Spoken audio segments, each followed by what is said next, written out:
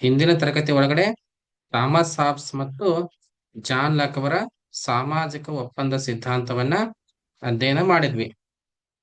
ಇವತ್ತು ಅದರ ಮುಂದುವರೆದ ಭಾಗ ಆಗಿರ್ತಕ್ಕಂಥ ಜಾನ್ ಲಾಕ್ ಅವರ ಸಾಮಾಜಿಕ ಒಪ್ಪಂದ ಸಿದ್ಧಾಂತದ ಪ್ರಮುಖವಾದಂತ ಮುಖ್ಯಾಂಶಗಳನ್ನ ಇವತ್ತು ನಾವು ನೋಡೋಣ್ರೆ. ಓಕೆ, ಜಾನ್ ಲಾಕ್ ನಿರೂಪಿಸಿರುವ ಒಪ್ಪಂದವು ದ್ವಿಪಕ್ಷೀಯವಾದದ್ದು. ಓಕೆ, ಜಾನ್ ಲಾಕ್ ಅವ್ರು ಏನು ಒಪ್ಪಂದ ಮಾಡ್ತಾರಲ್ಲ, ಸಾಮಾಜಿಕ ಒಪ್ಪಂದ, ಅದು ಎಂತ ಒಪ್ಪಂದವಾಗಿತ್ತು? ದ್ವಿಪಕ್ಷೀಯ ಒಪ್ಪಂದವಾಗಿತ್ತು. ಅದು ಹಾಬ್ಸ್ ನಿರೂಪಿಸಿರುವಂತೆ ಏನಾಗಿರ್ಲಿಲ್ಲ, ಏಕಪಕ್ಷೀಯವಲ್ಲ. ಹಾಬ್ಸ್ ಏನ್ ಹೇಳ್ತಾನ್ರಿ, ಸಾಮಾಜಿಕ ಒಪ್ಪಂದ ಅಂತಕ್ಕಂಥದ್ದು ಏಕಪಕ್ಷೀಯವಾಗಿತ್ತು ಅಂತ ಹೇಳ್ತಾನಲ್ಲ, ಆತರ ಏಕಪಕ್ಷೀಯವಾದದ್ದಾಗಿರ್ಲಿಲ್ಲ. ಓಕೆ, ಜಾನ್ ಲಾಕ್ ಅವರ ಪ್ರಕಾರ ಒಪ್ಪಂದ ಏನಾಗಿತ್ತು? ದ್ವಿಪಕ್ಷೀಯವಾಗಿತ್ತು. ಇಲ್ಲಿ ಜನರು ಒಪ್ಪಂದದಲ್ಲಿ ಭಾಗಿಯಾಗಿದ್ರು ಮತ್ತು ದೊರೆಯು ಒಪ್ಪಂದದಲ್ಲಿ ಭಾಗಿಯಾಗಿದ್ರು. ಹಾಗಾಗಿ ಸರ್ಕಾರವು ಒಪ್ಪಂದದ ನಿಯಮಗಳಿಗೆ ಏನಾಗಿರ್ತದೆ? ಬದ್ಧವಾಗಿರುತ್ತದೆ. ಸರ್ಕಾರವು ಒಪ್ಪಂದದ ನಿಯಮಗಳಿಗೆ ಬದ್ಧವಾಗಿರುತ್ತದೆ. ಹಿಂದೆ ಹೋಗ್ರಿ ಒಂದ್ಸಲ, ಹಾಬ್ಸ್ ಅವರ ಸಾಮಾಜಿಕ ಒಪ್ಪಂದ ಸಿದ್ಧಾಂತದಲ್ಲಿ ಸರ್ಕಾರ ಅಥವಾ ದೊರೆ ಒಪ್ಪಂದದ ನಿಯಮಗಳಿಗೆ ಬದ್ಧನಾಗಿರುವುದಿಲ್ಲ. ಯಾಕೆಂದರೆ ದೊರೆಯಾದಂತವನು ಒಪ್ಪಂದದಲ್ಲಿ ಇರುವುದೇ ಇಲ್ಲ. ಓಕೆ, ನೆಕ್ಸ್ಟ್, ಒಪ್ಪಂದ ಮಾಡಿಕೊಂಡ ನಂತರ ಜನರು ತಮ್ಮ ಎಲ್ಲಾ ಹಕ್ಕುಗಳನ್ನ ಆಡಳಿತ ನಡೆಸುವವರಿಗೆ ಒಪ್ಪಿಸಲಿಲ್ಲ. ಒಪ್ಪಂದ ಮಾಡ್ಕೊಂಡ ನಂತರ ಜನ ಏನ್ ಮಾಡ್ಲಿಲ್ಲ, ತಮ್ಮ ಎಲ್ಲಾ ಹಕ್ಕುಗಳನ್ನ ಆಡಳಿತ ನಡೆಸುವವರಿಗೆ ಬಿಟ್ಕೊಡ್ಲಿಲ್ಲ, ಒಪ್ಪಿಸಲಿಲ್ಲ. ಕೇವಲ ನೈಸರ್ಗಿಕ ಕಾನೂನುಗಳನ್ನ ಅನುಷ್ಠಾನಕ್ಕೆ ತರುವ ಮತ್ತು ಅವುಗಳನ್ನ ಅರ್ಥೈಸುವ ಹಕ್ಕನ್ನ ಬಿಟ್ಟುಕೊಟ್ಟು ಉಳಿದೆಲ್ಲಾ ಹಕ್ಕುಗಳನ್ನ ತಮ್ಮಲ್ಲಿಗೆ ಉಳಿಸಿಕೊಂಡರು. ಥಾಮಸ್ ಹಾಬ್ಸ್ ಅವರ ಸಾಮಾಜಿಕ ಒಪ್ಪಂದದಲ್ಲಿ ಏನ್ ಮಾಡ್ತಾರೆ? ಜನ ಎಲ್ಲಾ ಹಕ್ಕುಗಳನ್ನ ದೊರೆಗೆ ಬಿಟ್ಕೊಡ್ತಾರೆ. ತಮ್ಮ ಜೀವಿಸುವಂತ ಬದುಕುವಂತ ಹಕ್ಕುಗಳನ್ನ ಸಹಿತವಾಗಿ ಎಲ್ಲಾ ಹಕ್ಕುಗಳನ್ನ ಏನ್ ಮಾಡ್ತಾರೆ? ದೊರೆಗೆ ಬಿಟ್ಟು ಕೊಡುತ್ತಾರೆ. ಆದ್ರೆ ಲಾಕ್ ಅವರ ಸಾಮಾಜಿಕ ಒಪ್ಪಂದದಲ್ಲಿ ಒಪ್ಪಂದ ಮಾಡಿಕೊಂಡ ನಂತರ ಜನ ತಮ್ಮ ಎಲ್ಲಾ ಹಕ್ಕುಗಳನ್ನ ಆಡಳಿತ ನಡೆಸುವವರಿಗೆ ಒಪ್ಪಿಸ್ಲಿಲ್ಲ. ಕೇವಲ ನೈಸರ್ಗಿಕ ಕಾನೂನುಗಳನ್ನ ಅನುಷ್ಠಾನಕ್ಕೆ ತರುವಂತಹ ಮತ್ತು ಅವುಗಳನ್ನ ಅರ್ಥೈಸುವಂತ ಹಕ್ಕನ್ನ ಮಾತ್ರ ಬಿಟ್ಕೊಟ್ರು. ಉಳಿದೆಲ್ಲಾ ಹಕ್ಕುಗಳನ್ನ ಜನ ಏನ್ ಮಾಡ್ರು? ತಮ್ಮಲ್ಲೇ ಇಟ್ಕೊಂಡ್ರು. ಇದು ಲಾಕ್ ಅವರ ಸಿದ್ಧಾಂತದ ಪ್ರಮುಖವಾದಂತ ಅಂಶವಾಗಿದೆ. ನೆಕ್ಸ್ಟ್, ಜನರು ತಮ್ಮ ಹಕ್ಕುಗಳನ್ನ ಇಡೀ ಸಮುದಾಯಕ್ಕೆ ಬಿಟ್ಟು ಕೊಟ್ಟರೆ ವಿನಃ ಕೇವಲ ಒಬ್ಬ ವ್ಯಕ್ತಿ ಅಥವಾ ವ್ಯಕ್ತಿಗನಕ್ಕಲ್ಲ. ಜನ ಏನ್ ಮಾಡ್ರಿ? ತಮ್ಮ ಹಕ್ಕುಗಳನ್ನ, ಯಾಕಂದ್ರೆ ಮೊದಲು ಒಪ್ಪಂದ ಎಲ್ಲರ ಮಧ್ಯೆ ಆಗ್ತೈತ್ರಿ. ಮೊದಲ ಜನರ ಮಧ್ಯೆ ಆಕತಿ, ಆ ನಂತರ ಸರ್ಕಾರ ಮತ್ತು ಸಮುದಾಯದ ಮಧ್ಯೆ ಆಗ್ತೈತಿ. ಹಾಗಾಗಿ ಜನ ತಮ್ಮ ಹಕ್ಕುಗಳನ್ನ ಇಡೀ ಸಮುದಾಯಕ್ಕೆ ಬಿಟ್ಟು ಕೊಟ್ರೆ ವಿನಃ ಯಾವುದೇ ವ್ಯಕ್ತಿ ಅಥವಾ ವ್ಯಕ್ತಿಗನಕ್ಕಲ್ಲ. ಅಂದರೆ ಪರಮಾಧಿಕಾರವನ್ನು ಎಲ್ಲಿ ಕೊಟ್ರಿ? ಇಡೀ ಸಮುದಾಯಕ್ಕೆ ಒಪ್ಪಿಸಿದರು. ಪರಮಾಧಿಕಾರವನ್ನು ಏನ್ ಮಾಡಿದ್ರಿ? ಇಡೀ ಸಮುದಾಯಕ್ಕೆ ಒಪ್ಪಿಸಿದ್ರು. ಓಕೆ, ಪ್ರಭು ಅಂದ್ರೆ ಸರ್ಕಾರ ಐತಲ್ಲ, ಪ್ರಭು ಒಪ್ಪಂದಕ್ಕೆ ಭಾಗಿಯಾಗಿದ್ದು ಒಪ್ಪಂದದ ನಿಯಮಗಳಿಗೆ ಒಳಪಟ್ಟು ಜನಾಭಿಪ್ರಾಯಕ್ಕೆ ಅನುಸಾರವಾಗಿ ಅಧಿಕಾರ ನಡೆಸಬೇಕು. ಪ್ರಭು ಇರ್ತಾನಲ್ಲ, ಆ ಪ್ರಭು ಒಪ್ಪಂದದ ನಿಯಮಕ್ಕೆ ಭಾಗಿಯಾಗಿದ್ದು ಒಪ್ಪಂದದ ನಿಯಮಗಳಿಗೆ ಒಳಪಟ್ಟು ಜನಾಭಿಪ್ರಾಯಕ್ಕೆ ಅನುಸಾರವಾಗಿ ಏನ್ ಮಾಡ್ಬೇಕ್ರಿ? ಅಧಿಕಾರವನ್ನ ನಡೆಸಬೇಕು. ಜೊತೆಗೆ ಪ್ರಭುವಿನ ಅಧಿಕಾರವು ಮಿತವಾದದ್ದು. ಸರ್ಕಾರವು ಜನರ ಒಪ್ಪಿಗೆಯನ್ನ ಅವಲಂಬಿಸಬೇಕೆಂದು, ಅದರ ಅಧಿಕಾರ ನಿರಂಕುಶವಾದುದಲ್ಲವೆಂದು ಲಾಕ್ ರವರು ಪ್ರತಿಪಾದಿಸಿದ್ದಾರೆ. ಬಹಳ ಇಂಪಾರ್ಟೆಂಟ್ ಆಗಿರ್ತಕ್ಕಂಥದ್ದು ನೋಡ್ರಿ. ಅಲ್ಲಿ ನೋಡ್ರಿ, ಥಾಮಸ್ ಹಾಬ್ಸ್ ಅವರ ಸಾಮಾಜಿಕ ಒಪ್ಪಂದದಲ್ಲಿ ಪ್ರಭುವಿನ ಅಧಿಕಾರ ಅಪರಿಮಿತವಾದದ್ದು, ನಿರಂಕುಶವಾದದ್ದು ಅಂತ ಹೇಳ್ತೀವಿ ನಾವು. ಏನ್ ಹೇಳ್ತೀವಿ? ಥಾಮಸ್ ಹಾಬ್ಸ್ ಅವರ ಸಾಮಾಜಿಕ ಒಪ್ಪಂದದಲ್ಲಿ ಏನೈತ್ರಿ? ದೊರೆ ಒಪ್ಪಂದೊಳ ಭಾಗಿ ಇಲ್ಲ, ಅವನು ಜನ ಹೇಳಂಗ್ ಕೇಳುವಂತ ಅವಶ್ಯಕತೆ ಇರುವುದಿಲ್ಲ. ಅದ್ರ ಜೊತೆಗೆ ಪ್ರಭುವಿನ ಅಧಿಕಾರ ಥಾಮಸ್ ಹಾಬ್ಸ್ ಅವರ ಪ್ರಕಾರ ನಿರಂಕುಶವಾಗಿತ್ತು, ಅಪರಿಮಿತವಾಗಿತ್ತು. ಆದರೆ ಅದಕ್ಕೆ ತದ್ವಿರುದ್ಧವಾಗಿ ಜಾನ್ ಲಾಕ್ ಅವರನ್ನ ಹೇಳ್ತಾರ್ರಿ, ಪ್ರಭುವಿನ ಅಧಿಕಾರ ಏನಿದೆಯಲ್ಲ, ಇದು ಮಿತವಾದದ್ದು. ಈ ಸರ್ಕಾರ ಇದೆಯಲ್ಲ, ಇದು ಜನರ ಒಪ್ಪಿಗೆಯನ್ನು ಅವಲಂಬಿಸಿರ್ಬೇಕು ಮತ್ತು ಅದರ ಅಧಿಕಾರ ನಿರಂಕುಶವಾದದ್ದಲ್ಲ ಅಂತ ಹೇಳಿ ಏನ್ ಮಾಡ್ತಾರ್ರಿ? ಲಾಕ್ ಅವರು ತಿಳಿಸ್ಕೊಡ್ತಾರೆ.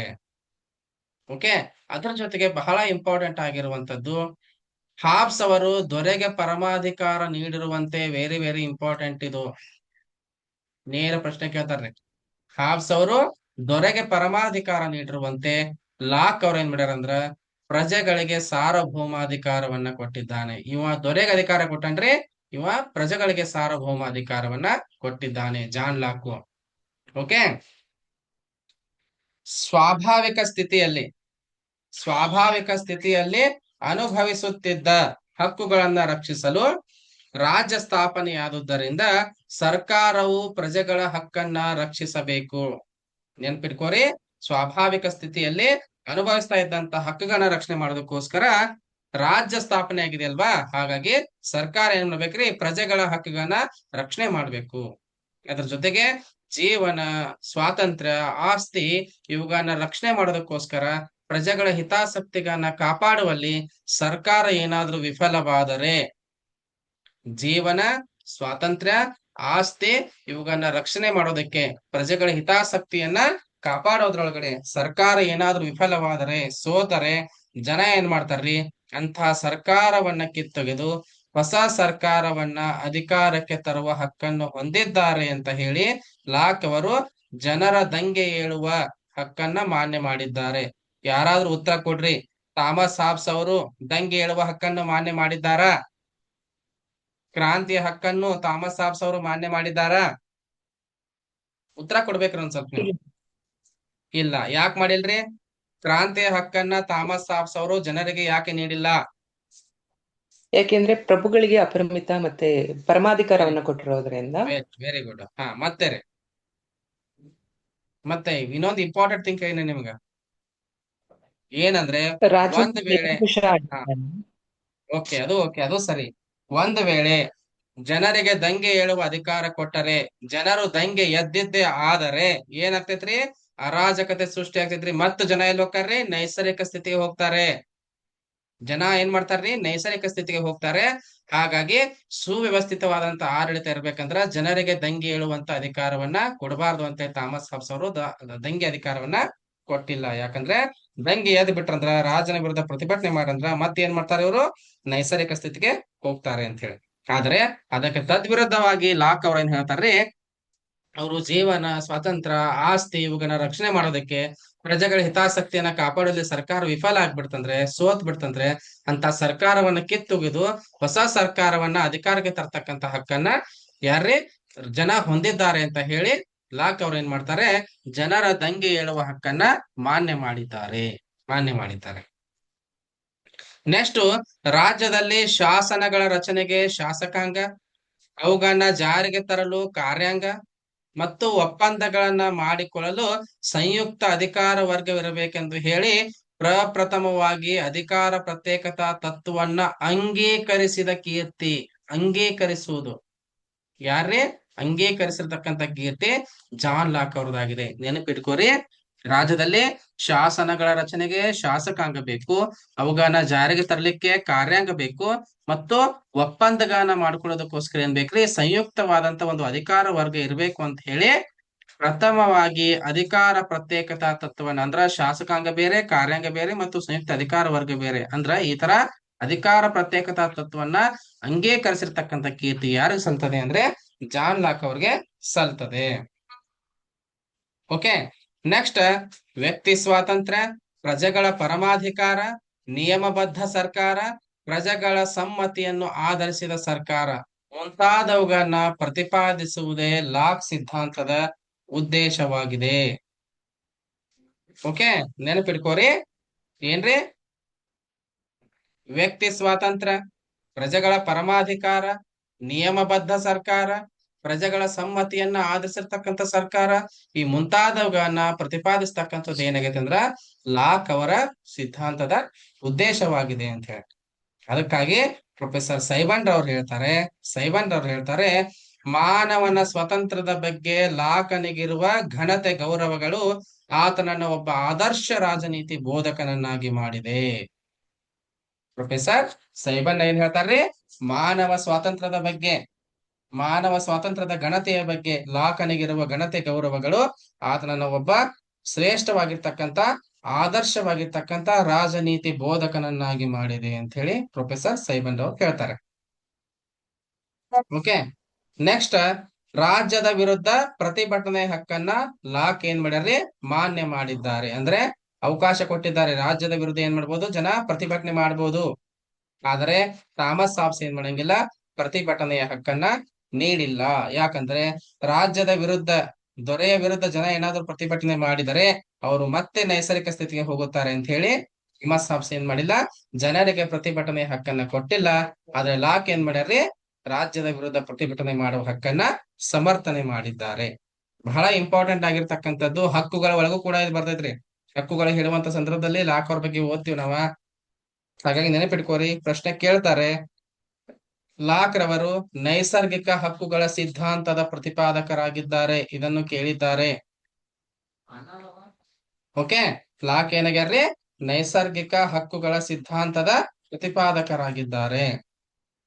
ನೆಕ್ಸ್ಟ್, ಸರ್ಕಾರವು ಆಳ್ವಿಕೆಗೆ ಒಳಗಾದವರ ಒಪ್ಪಿಗೆ ಆಧಾರದ ಮೇಲೆ ನಿಂತಿದೆ ಅಂತೇಳಿ ಲಾಕ್ ಅವರು ಅಭಿಪ್ರಾಯ ವ್ಯಕ್ತಪಡಿಸ್ತಾರೆ.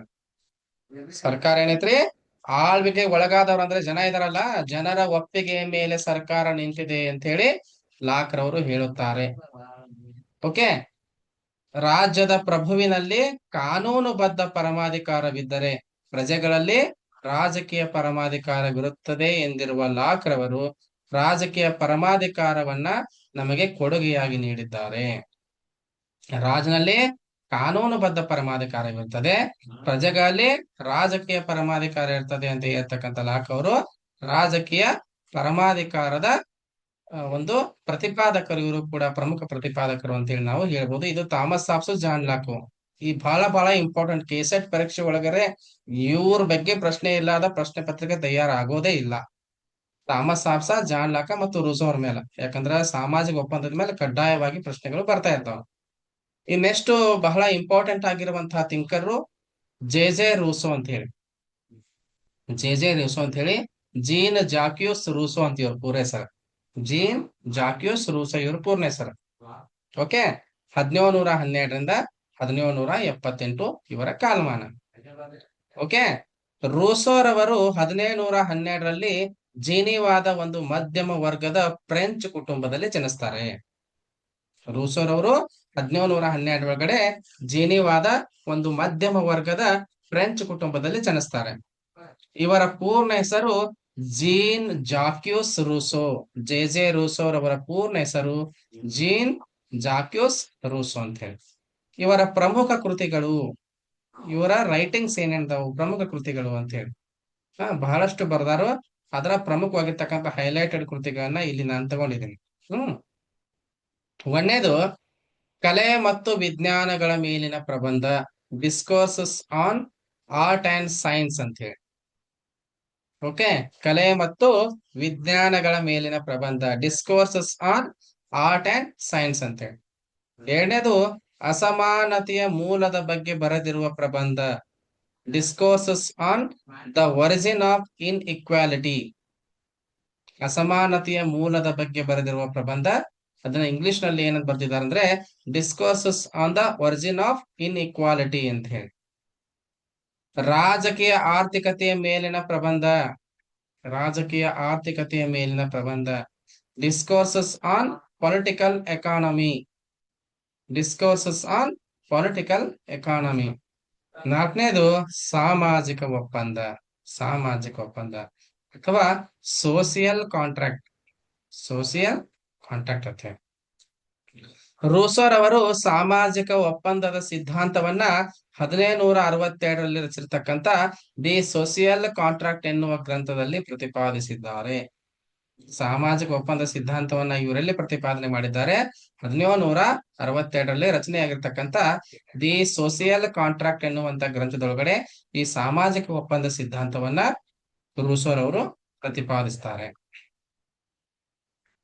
ಓಕೆ, ರೂಸೋರವರ ರಾಜಕೀಯ ವಿಚಾರಗಳು ಪ್ರತ್ಯಕ್ಷ ಪ್ರಜಾಪ್ರಭುತ್ವದ ಹೆಗ್ಗಳಿಕೆಯನ್ನ ಸೂಚಿಸಿವೆ ಮತ್ತು 1789ರ ಫ್ರೆಂಚ್ ಕ್ರಾಂತಿಗೆ ಸ್ಫೂರ್ತಿಯಾಗಿವೆ.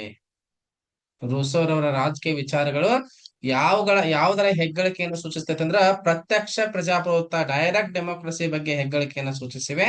ಮತ್ತು 1789 ಏನ್ ಫ್ರೆಂಚ್ ಕ್ರಾಂತಿ ಸ್ವಾತಂತ್ರ್ಯ, ಸಮಾನತೆ, ಭ್ರಾತೃತ್ವದ ವಿಚಾರಗಳು ಹೊರಹೊಮ್ಮತವಲ್ಲ, ಆ ಫ್ರೆಂಚ್ ಕ್ರಾಂತಿಗೆ ಸ್ಫೂರ್ತಿಯಾಗಿರ್ತಕ್ಕಂಥದ್ದು ರೂಸೋರವರ ವಿಚಾರಧಾರೆಗಳಾಗಿವೆ.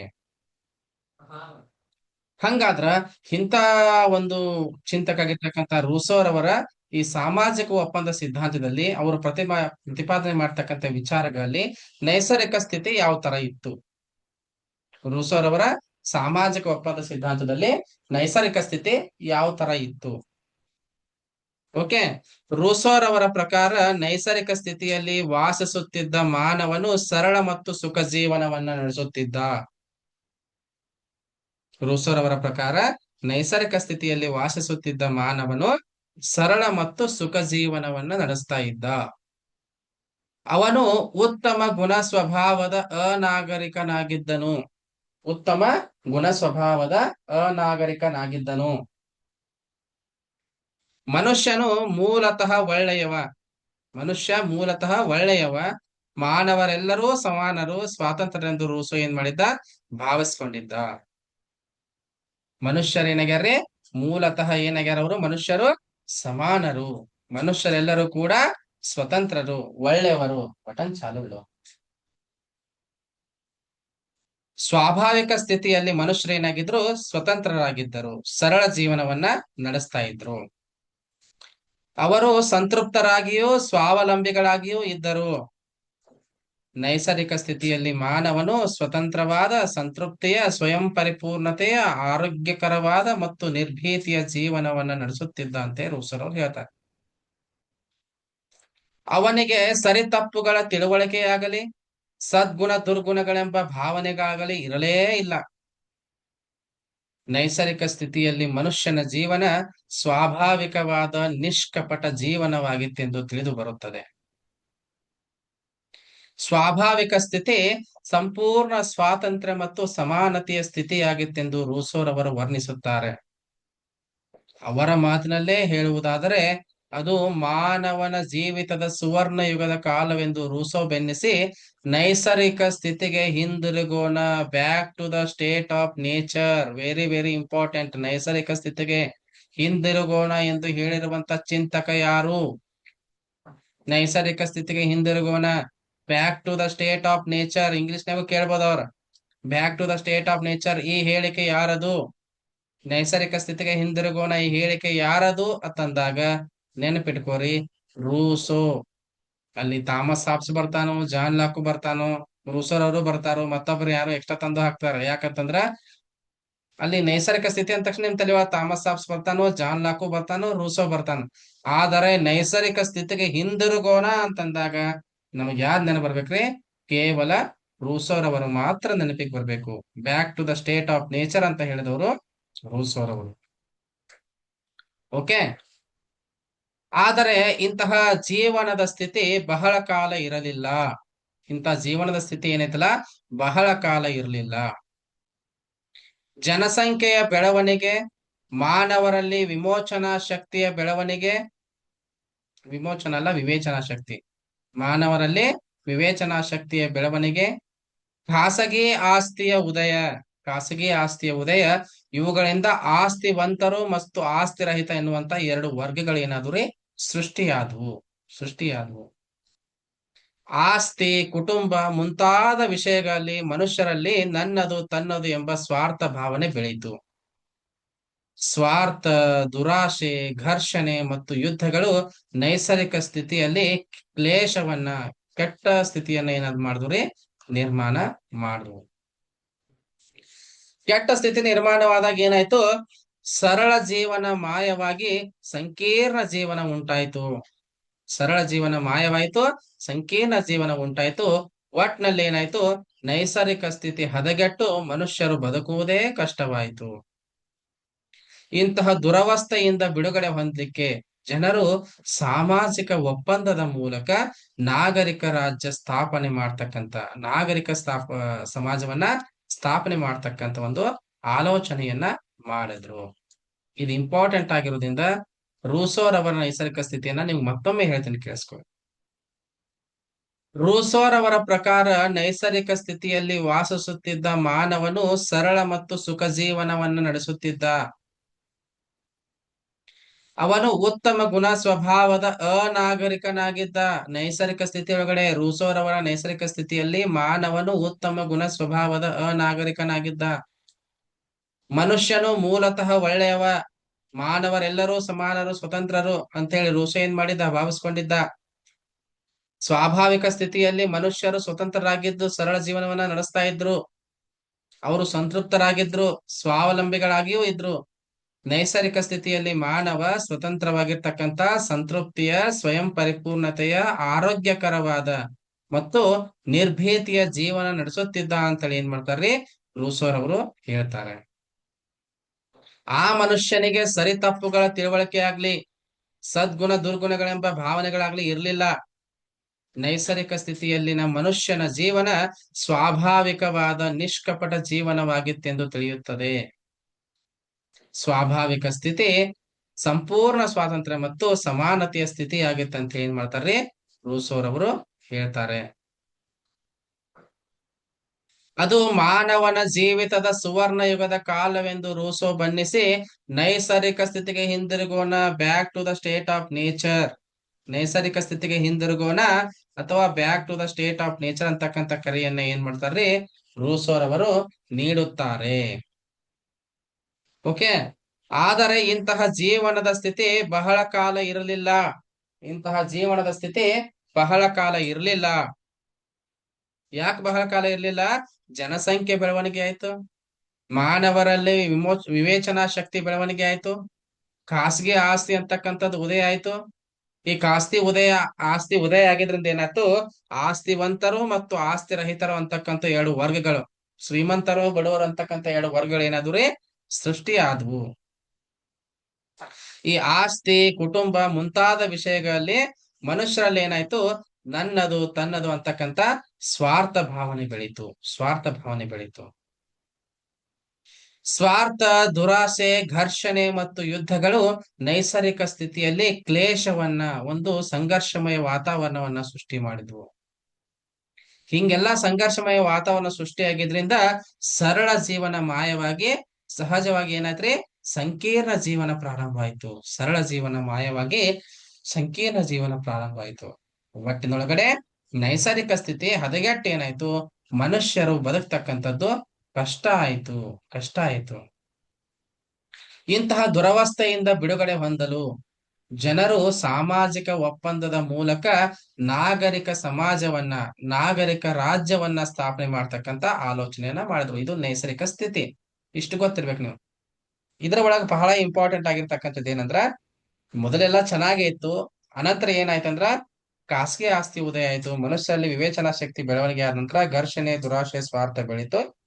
ಹಾಗಾಗಿ ಒಂದು ಸಾಮಾಜಿಕ ಒಪ್ಪಂದವನ್ನ ಮಾಡ್ಕೋಬೇಕಾಯ್ತು. ಅದ್ರ ಜೊತೆಗೆ back to the state of nature, ನೈಸರ್ಗಿಕ ಸ್ಥಿತಿಗೆ ಹಿಂದಿರುಗೋಣ ಅಂತಕ್ಕಂಥ ಹೇಳಿಕೆಯನ್ನ ಕೂಡ ಕೊಟ್ಟಿದ್ರು. ಅದು ಇಂಪಾರ್ಟೆಂಟ್ ಬಹಳ, ಅದನ್ನ ಕೇಳ್ತಾರ ಪರೀಕ್ಷೆ ಒಳಗೆ. ಇನ್ನ ಸಾಮಾಜಿಕ ಒಪ್ಪಂದ ಏನಾಯ್ತು ನೋಡೋಣ. ಜನ ತಮ್ಮ ಜೀವ ಮತ್ತು ಆಸ್ತಿ ರಕ್ಷಣೆಗಾಗಿ ಪ್ರತಿಯೊಬ್ಬನೂ ಎಲ್ಲರೊಡನೆ ಒಂದುಗೂಡಿ ಒಡಂಬಡಿಕೆಯ ಮೂಲಕ ರಾಜ್ಯವನ್ನ ಸ್ಥಾಪಿಸಿದರು. ಜನ ಏನ್ ಮಾಡ್ರಿ, ತಮ್ಮ ಜೀವ ಮತ್ತು ಆಸ್ತಿಯ ರಕ್ಷಣೆಗಾಗಿ ಪ್ರತಿಯೊಬ್ಬನೂ ಇನ್ನೊಬ್ಬನೊಡನೆ ಒಂದುಗೂಡಿ ಒಡಂಬಡಿಕೆಯ ಮೂಲಕ, ಒಪ್ಪಂದದ ಮೂಲಕ, ಕಾಂಟ್ರಾಕ್ಟ್ ಮಾಡ್ಕೋದ್ರ ಮೂಲಕ ಏನಾಯ್ತು, ರಾಜ್ಯವನ್ನ ಸ್ಥಾಪಿಸಿದ್ರು. ಈ ಒಪ್ಪಂದವನ್ನ ಪ್ರತಿಯೊಬ್ಬನೂ ಎಲ್ಲರ ಜೊತೆಗೂ ಹಾಗೂ ಎಲ್ಲರೂ ಪ್ರತಿಯೊಬ್ಬನ ಜೊತೆಗೂ ಮಾಡಿಕೊಂಡಿದ್ದಾರೆ. ಒಪ್ಪಂದ ಏನಾಯ್ತು, ಪ್ರತಿಯೊಬ್ಬನೂ ಎಲ್ಲರ ಜೊತೆಗೂ ಮತ್ತು ಎಲ್ಲರೂ ಪ್ರತಿಯೊಬ್ಬನ ಜೊತೆಗೂ ಈ ಒಪ್ಪಂದವನ್ನು ಮಾಡಿಕೊಂಡಿದ್ದಾರೆ. ಹೀಗೆ ಎಲ್ಲರೂ ಬಿಟ್ಟುಕೊಟ್ಟಂತ ವೈಯಕ್ತಿಕವಾದ ಅಧಿಕಾರಗಳೆಲ್ಲವೂ ಕೂಡ ಒಂದುಗೂಡಿ ಒಂದು ಶ್ರೇಷ್ಠವಾದಂತ ಅಧಿಕಾರ ಸ್ಥಾಪನೆ ಆಗ್ತದೆ. ಇದೇ ಸಾರ್ವತ್ರಿಕ ಇಚ್ಛೆ ಅಂತ ಕರೆಯಲ್ಪಡತಕ್ಕಂತ ಪರಮಾಧಿಕಾರ. ನೋಡ್ರಿ, ಎಲ್ಲಾ ಜನ ಒಂದ್ ಕಡೆ ಸೇರ್ಕೊಂಡು ತಮ್ಮ ಜೀವವನ್ನ ಮತ್ತು ಆಸ್ತಿಯನ್ನ ಸಂರಕ್ಷಣೆ ಮಾಡ್ಕೋಬೇಕಂತ ಹೇಳಿ ಪ್ರತಿಯೊಬ್ಬನೂ ಇನ್ನೊಬ್ಬರೊಡನೆ ಒಂದು ಒಡಂಬಡಿಕೆಯ ಮೂಲಕ ಮಾಡ್ಕೊಂಡು ರಾಜ್ಯವನ್ನ ಸ್ಥಾಪನೆ ಮಾಡಿದ್ರೆ, ಈ ಒಪ್ಪಂದವನ್ನ ಪ್ರತಿಯೊಬ್ಬನೂ ಎಲ್ಲರ ಜೊತೆಗೂ ಮತ್ತು ಎಲ್ಲರೂ ಪ್ರತಿಯೊಬ್ಬನ ಜೊತೆಗೂ ಮಾಡ್ಕೊಂಡಿರ್ತಾರೆ. ಅಂದ್ರೆ ಎಲ್ಲರೂ ಸೇರಿ ಒಪ್ಪಂದ ಮಾಡ್ಕೊಂಡಿರ್ತಾರೆ. ಹೀಗೆ ಎಲ್ಲರೂ ಬಿಟ್ಟು ಕೊಟ್ಟಂತ ವೈಯಕ್ತಿಕವಾದ ಅಧಿಕಾರಗಳೆಲ್ಲವೂ ಕೂಡ ಒಂದ್ ಕಡೆ ಸೇರಿ ಒಂದು ಶ್ರೇಷ್ಠವಾದ ಅಧಿಕಾರ ಉಗಮವಾಗ್ತದೆ. ಇದೇ ಸಾರ್ವತ್ರಿಕ ಇಚ್ಛೆ ಅಂತ ಕರೆಯಲ್ಪಡ್ತಕ್ಕಂತ ಪರಮಾಧಿಕಾರ. ಹೀಗೆ ಎಲ್ಲರ ನಡುವೆಯಾದ ಈ ಒಡಂಬಡಿಕೆಯು ನೈಸರ್ಗಿಕ ಸ್ಥಿತಿಯನ್ನ ಅಂತ್ಯಗೊಳಿಸಿ ಪರಮಾಧಿಕಾರ ಪಡೆದ ರಾಜ್ಯವನ್ನ, ಒಡಂಬಡಿಕೆಯು ನೈಸರ್ಗಿಕ ಸ್ಥಿತಿಯನ್ನು ಅಂತ್ಯಗೊಳಿಸ್ತು, ಪರಮಾಧಿಕಾರ ಪಡೆದ ರಾಜ್ಯವನ್ನ ಅಂದರೆ ಸಾರ್ವತ್ರಿಕ ಇಚ್ಛೆಯನ್ನ ಸ್ಥಾಪಿಸ್ತು. ಹಾಗಾಗಿ ಏನಾಯ್ತ್ರಿ, ಪರಮಾಧಿಕಾರ ಯಾವ ಒಬ್ಬ ವ್ಯಕ್ತಿಯಲ್ಲಿರದೆ ಇಡೀ ಸಮುದಾಯದಲ್ಲಿದೆ. ಪರಮಾಧಿಕಾರ ಏನೈತ್ರಿ, ಯಾವುದೇ ಒಬ್ಬ ವ್ಯಕ್ತಿ ಕೈಯಲ್ಲಿಲ್ಲ. ಹೆಂಗೈತೆ ಹಂಗಂದ್ರ ಒಂದು ಸಮುದಾಯದಲ್ಲಿದೆ. ಇಡೀ ಸಮುದಾಯದೊಳಗಡೆ ಏನೈತ್ರಿ, ಪರಮಾಧಿಕಾರ ಇದೆ. ರಾಜ್ಯ ಸ್ಥಾಪನೆಯಾದರೂ ವ್ಯಕ್ತಿ ಸ್ವಾತಂತ್ರ್ಯಕ್ಕೆ ಯಾವುದೇ ಧಕ್ಕೆಯೂ ಇರುವುದಿಲ್ಲ. ರಾಜ್ಯ ಸ್ಥಾಪನೆ ಆದ್ರೂ ಕೂಡ ಏನಿಲ್ಲ, ಪರಮಾಧಿಕಾರಕ್ಕೆ, ವ್ಯಕ್ತಿ ಸ್ವಾತಂತ್ರ್ಯಕ್ಕೆ ಯಾವುದೇ ಧಕ್ಕೆ ಇರುವುದಿಲ್ಲ. ಏಕೆಂದರೆ ಏನೇನು ಬಿಟ್ಟು ಕೊಡುತ್ತಿದ್ದಾನೆಯೋ ಅದನ್ನ ಪುನಃ ಮರಳಿ ಪಡ್ಕೊಂಡು ಮೊದಲಿಗಿಂತ ಹೆಚ್ಚಿನ ಅಧಿಕಾರವನ್ನ, ನೋಡ್ರಿ ಜನ ಏನ್ ಬಿಟ್ಕೊಟ್ಟಾರೆ, ತಮ್ಮ ಅಧಿಕಾರವನ್ನ, ಸ್ವತಂತ್ರವನ್ನು ಬಿಟ್ಕೊಟ್ರಲ್ಲ, ಏನನ್ನು ಬಿಟ್ಟು ಕೊಟ್ಟಿದ್ದಾರಲ್ಲ ಅದನ್ನ ಪುನಃ ಮರಳಿ ಪಡೆದು ಮೊದಲಿಗಿಂತ ಹೆಚ್ಚಿನ ಅಧಿಕಾರ ಉಳಿದವರನ್ನ ಏನ್ ಮಾಡ್ತೈತಿ, ರಕ್ಷಿಸುತ್ತದೆ. ಇಟ್ ಮೀನ್ಸ್ ಒಟ್ಟು ಅಧಿಕಾರ ಇಸ್ ಈಕ್ವಲ್ ಟು ಎಲ್ಲರ ಅಧಿಕಾರ. ಎಲ್ಲರ ಅಧಿಕಾರ ಏನ್ ಮಾಡ್ತೈತಿ, ಎಲ್ಲರನ್ನ ರಕ್ಷಿಸ್ತೈತಿ. ನಾವು ಹೇಳ್ತೀವಲ್ಲ, ಒಂದಾದರೆ ಒಗ್ಗಟ್ಟು, ಬೇರೆ ಆದರೆ ಬಿಕ್ಕಟ್ಟು ಅಂತೇಳಿ. ಆತರ ಎಲ್ಲರೂ ಸೇರಿ ಕೂಡಿದ್ದಾಗ ಮಾತ್ರ ಹೆಚ್ಚಿನ ಅಧಿಕಾರ ಸಾಧ್ಯವಾಗ್ತದೆ ಅಂತ ಹೇಳಿ. ಪ್ರತಿಯೊಬ್ಬ ವ್ಯಕ್ತಿಯನ್ನ ರಕ್ಷಿಸುವ ಅಧಿಕಾರವನ್ನ ಸಾರ್ವತ್ರಿಕ ಇಚ್ಛೆಯು ವಹಿಸಿಕೊಂಡಿತು. ಪ್ರತಿಯೊಬ್ಬ ವ್ಯಕ್ತಿಯನ್ನ ರಕ್ಷಿಸುವಂತ ಅಧಿಕಾರವನ್ನು ಯಾರು ತಗೊಂಡಂದಾಗ ಸಾರ್ವತ್ರಿಕ ಇಚ್ಛೆ ತೆಗೆದುಕೊಂಡಿತು, ಸಾರ್ವತ್ರಿಕ ಇಚ್ಛೆ ವಹಿಸ್ಕೊಂತು. ಮೊದಲು ತಾನು ಮಾತ್ರವೇ ತನ್ನನ್ನು ರಕ್ಷಿಸಿಕೊಳ್ಳಬೇಕಾಗಿತ್ತು. ಮೊದಲು ಮನುಷ್ಯ ತಾನು ಮಾತ್ರ ತನ್ನನ್ನು ರಕ್ಷಣೆ ಮಾಡ್ಕೋಬೇಕಾಗಿತ್ತ. ಈಗ ರಾಜ್ಯ ಸ್ಥಾಪನೆ ಆಯ್ತಲ್ಲ, ರಾಜ್ಯದ ಜವಾಬ್ದಾರಿ ಎಲ್ಲರನ್ನ ರಕ್ಷಣೆ ಮಾಡ್ತಕ್ಕಂಥದ್ದು, ಆಸ್ತಿಯನ್ನ ರಕ್ಷಣೆ ಮಾಡ್ತಕ್ಕಂಥದ್ದು. ಮೊದಲು ಏನ್ ಮಾಡಿದ್ದ, ತನ್ನನ್ನು ಮಾತ್ರ ತಾನು ರಕ್ಷಣೆ ಮಾಡ್ಕೋಬೇಕಾಗಿತ್ತು. ಈಗ ರಾಜ್ಯದ ಒಟ್ಟೋ ಶಕ್ತಿ ಐತಲ್ಲ, ಆ ಒಟ್ಟೋ ಶಕ್ತಿ ಏನ್ ಮಾಡ್ತೈತೆ ಅಂದ್ರ ವ್ಯಕ್ತಿಯನ್ನ ರಕ್ಷಿಸುತ್ತದೆ, ವ್ಯಕ್ತಿಯನ್ನ ರಕ್ಷಿಸುತ್ತದೆ. ಜನರು ತಮ್ಮ ತಮ್ಮೊಳಗೆ ಒಪ್ಪಂದ ಮಾಡಿಕೊಂಡು ಸಾರ್ವತ್ರಿಕ ಇಚ್ಛೆಯನ್ನ ತಮ್ಮ ಪ್ರಭುವನ್ನಾಗಿ ಮಾಡಿಕೊಂಡು ರಾಜ್ಯವನ್ನ ಸ್ಥಾಪಿಸಿದರು. ಜನ ತಮ್ಮೊಳಗೆ ಒಪ್ಪಂದ ಮಾಡಿಕೊಂಡು ಅಲ್ಲಿ ಬಂದಿರತಕ್ಕಂತ ಸಾರ್ವತ್ರಿಕ ಇಚ್ಛೆಯನ್ನ ಏನ್ ಮಾಡಿದ್ರು, ತಮ್ಮ ಪ್ರಭುವನ್ನಾಗಿ ಮಾಡಿಕೊಂಡು ರಾಜ್ಯವನ್ನ ಏನ್ ಮಾಡಿದ್ರು, ಸ್ಥಾಪನೆ ಮಾಡಿಕೊಂಡ್ರು. ಹಾಗಾಗಿ ಏನಾಯ್ತು, ಸಾರ್ವತ್ರಿಕ ಇಚ್ಛೆ ಅನ್ನುವಂಥದ್ದು, ಸಾರ್ವತ್ರಿಕ ಇಚ್ಛೆ ಅನ್ನುವಂಥದ್ದು ರಾಜ್ಯದ ಪ್ರಭುವಾಯಿತು. ಅಂದರೆ ಪರಮಾಧಿಕಾರವು ಸಾರ್ವತ್ರಿಕ ಇಚ್ಛೆಯಲ್ಲಿರುವುದು. ಓಕೆ, ರೂಸೋರವರ ಪ್ರಕಾರ ಪರಮಾಧಿಕಾರ ಎಲ್ಲಿದೆ ಅಂದಾಗ ಸಾರ್ವತ್ರಿಕ ಇಚ್ಛೆಯಲ್ಲಿದೆ. ಪರಮಾಧಿಕಾರ ಎಲ್ಲಿದೆ, ಸಾರ್ವತ್ರಿಕ ಇಚ್ಛೆಯಲ್ಲಿದೆ ಅಂತ ಹೇಳಿ ರೂಸೋರವರು ಹೇಳ್ತಾರೆ. ಇನ್ನು ಸಾರ್ವತ್ರಿಕ ಇಚ್ಛೆಯನ್ನ ನಾವು ನೋಡ್ತಾ ಹೋದ್ವಿ ಅಂದ್ರೆ, ರೂಸೋವಿನ ಸಾಮಾಜಿಕ ಒಪ್ಪಂದ ಸಿದ್ಧಾಂತದಲ್ಲಿ ಸಾರ್ವತ್ರಿಕ ಇಚ್ಛೆಯು ಅತ್ಯಂತ ಮಹತ್ವವುಳ್ಳ ಅಂಶವಾಗಿದ್ದು ರಾಜಶಾಸ್ತ್ರಕ್ಕೆ ಇದು ಆತನ ಅಮೂಲ್ಯ ಕಾಣಿಕೆಯಾಗಿದೆ. ರೂಸೋವಿನ ಸಾಮಾಜಿಕ ಒಪ್ಪಂದ ಸಿದ್ಧಾಂತದಲ್ಲಿ ಸಾರ್ವತ್ರಿಕ ಇಚ್ಛೆ ಅಂತಕ್ಕಂಥದ್ದು ಅತ್ಯಂತ ಮಹತ್ವವುಳ್ಳಂತ ಅಂಶ ಆಗಿದ್ದು ರಾಜಶಾಸ್ತ್ರಕ್ಕೆ ಇದು ಆತನ ಅಮೂಲ್ಯ ಕಾಣಿಕೆಯಾಗಿದೆ ಅಂತ ಹೇಳಿ. ಪ್ರತಿಯೊಬ್ಬ ವ್ಯಕ್ತಿಯು ತನ್ನ ಸ್ವಾತಂತ್ರ್ಯವನ್ನ ಸಮಾಜಕ್ಕೆ ಒಪ್ಪಿಸಿ ತಾನು ಸಮಾಜದ ಅವಿಭಾಜ್ಯ ಅಂಗವಾಗಿರುವುದರಿಂದ, ನೋಡ್ರಿ, ಪ್ರತಿಯೊಬ್ಬ ವ್ಯಕ್ತಿ ಏನ್ ಮಾಡ್ತಾನಲ್ಲ, ತನ್ನ ಸ್ವತಂತ್ರವನ್ನ ಸಮಾಜಕ್ಕೆ ಒಪ್ಪಿಸಿ ತಾನು ಸಮಾಜದ ಅವಿಭಾಜ್ಯ ಅಂಗವಾಗಿರುವುದರಿಂದ ವಾಸ್ತವಿಕವಾಗಿ ಪ್ರತಿಯೊಬ್ಬ ವ್ಯಕ್ತಿಯು ಸ್ವಾತಂತ್ರ್ಯವನ್ನ ಕಳೆದುಕೊಂಡಿಲ್ಲ. ನೋಡ್ರಿ, ನಿಮಗೆ ಏನ್ ಹೇಳಿದೆ ನಾನು, ಪ್ರತಿಯೊಬ್ಬ ವ್ಯಕ್ತಿ ಒಪ್ಪಂದದ ಮೂಲಕ ಸ್ವಾತಂತ್ರ್ಯವನ್ನ ಇಡೀ ಸಮುದಾಯಕ್ಕೆ ಒಪ್ಪಿಸ್ತಾನ್ರಿ. ಯಾರು ಒಬ್ಬ ವ್ಯಕ್ತಿಗನ್ನ ಕೊಡಂಗಿಲ್ಲ, ಇಡೀ ಸಮುದಾಯಕ್ಕೆ ಸ್ವತಂತ್ರವನ್ನ ಕೊಡ್ತಾನೋ, ಹೀಗೆ ಸ್ವತಂತ್ರವನ್ನ ಕೊಡೋದ್ರ ಮೂಲಕ ತಾನು ಸ್ವತಂತ್ರವನ್ನ ಕಳೆದುಕೊಳ್ಳುವುದಿಲ್ಲ. ಯಾಕಂದ್ರೆ ವಾಸ್ತವಿಕವಾಗಿ ಪ್ರತಿಯೊಬ್ಬ ವ್ಯಕ್ತಿ ಕೂಡ ಏನಾಗಿರ್ತಾನಲ್ಲಿ ಅದೇ ಸಮುದಾಯದ ಗುಂಪಿನ ಒಬ್ಬ ಸದಸ್ಯನಾಗಿರುತ್ತಾನೆ. ಹಾಗಾಗಿ ಅವನು ಏನ್ ಮಾಡಿರಂಗಿಲ್ಲ, ಸ್ವಾತಂತ್ರ್ಯವನ್ನ ಕಳೆದುಕೊಂಡಿರುವುದಿಲ್ಲ. ನೋಡಿ, ಅದೇ ಹೇಳ್ತೀನಿ ಮುಂದೆ. ಯಾಕಂತ ಹೇಳಿದ್ರೆ, ತಾನು ಸಹಭಾಗಿಯಾಗಿರುವ ಸಭೆಗೆ ತನ್ನ ಸ್ವಾತಂತ್ರ್ಯವನ್ನ ಒಪ್ಪಿಸಿದ್ದಾನೆಯೇ ಹೊರತು ಬೇರೇನೂ ಅಲ್ಲ. ಯಾರಿಗೋ ಬೇರೆ ದೇಶದವ್ರಿಗೆ, ವಿದೇಶದವ್ರಿಗೆ ಕೊಟ್ಟಿರೋದಿಲ್ಲ. ಸ್ವತಂತ್ರವನ್ನ ಯಾರಿಗೆ ಕೊಟ್ಟಿದ್ದಾನೆ, ರೂಸೋ ಅವರ ಸಾಮಾಜಿಕ ಒಪ್ಪಂದ ಸಿದ್ಧಾಂತದಲ್ಲಿ ವ್ಯಕ್ತಿಗಳು ತಾನೂ ಕೂಡ ಸದಸ್ಯನಾಗಿರುವಂತ, ತಾನೂ ಕೂಡ ಆಗಿರುವಂತ ಒಂದು ಸಭೆಗೆ ತನ್ನ ಸ್ವತಂತ್ರವನ್ನ ಒಪ್ಪಿಸಿದ್ದಾನೆ ಹೊರತು ಬೇರೇನೂ ಅಲ್ಲ. ಹಾಗಾಗಿ ಪ್ರಭುತ್ವ ಸಮಾಜದಲ್ಲಿದೆ ಎಂದು, ಪ್ರಭುತ್ವ ಸಮಾಜದಲ್ಲಿರುವುದೆಂದು ದೊರೆಯು ಪ್ರಭುವಲ್ಲವೆಂದು ರೂಸೋರವರು ಅಭಿಪ್ರಾಯ ಪಟ್ಟಿದ್ದಾನೆ. ಹಂಗಾದ ಪ್ರಭು ಅಂದ್ರೆ ಯಾರಿಲ್ಲಿ? ಸಾರ್ವತ್ರಿಕ ಇಚ್ಛೆ. ಸಾರ್ವತ್ರಿಕ ಇಚ್ಛೆಯೇ ಪ್ರಭು. ಹಾಗಾಗಿ ಪ್ರಭುತ್ವ ಎಲ್ಲೈತಿ? ಸಮಾಜದಲ್ಲಿದೆ. ದೊರೆ ಪ್ರಭು ಅಲ್ಲ ಅಂತ ಹೇಳಿ ಏನ್ ಮಾಡ್ತಾನ್ರಿ ರೂಸೋ ಅಭಿಪ್ರಾಯವನ್ನ ವ್ಯಕ್ತಪಡಿಸುತ್ತಾನೆ. ಹೀಗೆ ರೂಸೋ ಜನ ಸಮುದಾಯದ ಅಧಿಪತ್ಯಕ್ಕೆ ಹೆಚ್ಚು ಪ್ರಾಮುಖ್ಯತೆಯನ್ನ ಕೊಟ್ಟಿದ್ದಾನೆ. ಜನ ಸಮುದಾಯದ ಆಡಳಿತ, ಅಧಿಪತ್ಯ ಅಂದ್ರೆ ಆಡಳಿತ, ಇಟ್ ಮೀನ್ಸ್ ಜನ ಸಮುದಾಯದ ಅಧಿಪತ್ಯಕ್ಕೆ ಏನ್ ಮಾಡ್ಯಾನ್ರವ ಹೆಚ್ಚಿನ ಪ್ರಾಮುಖ್ಯತೆಯನ್ನ ಕೊಟ್ಟಿದ್ದಾನೆ. ಹಾಗಾಗಿ ಸಮಾಜದಲ್ಲಿರುವವರೆಲ್ಲರೂ ಕೂಡ ಪರಮಾಧಿಕಾರನ ಹೊಂದಿದ್ದಾರೆ. ಇಲ್ಲಿ ಒಬ್ಬ ವ್ಯಕ್ತಿ ಅಥವಾ ವ್ಯಕ್ತಿಗನ ಹೊಂದಿರೋದಿಲ್ಲ. ಯಾರು ಹೊಂದಿರ್ತಾರೆ ಪರಮಾಧಿಕಾರವನ್ನ? ಸಮಾಜದಲ್ಲಿರ್ತಕ್ಕಂಥ ಎಲ್ಲಾ ವ್ಯಕ್ತಿಗಳಿದ್ದಾರಲ್ಲ, ಆ ಎಲ್ಲಾ ವ್ಯಕ್ತಿಗಳು ಕೂಡ ಏನ್ ಮಾಡಿದ್ದಾರೆ? ಪರಮಾಧಿಕಾರವನ್ನ ಹೊಂದಿದ್ದಾರೆ. ಪರಮಾಧಿಕಾರವನ್ನ ಹೊಂದಿದ್ದಾರೆ.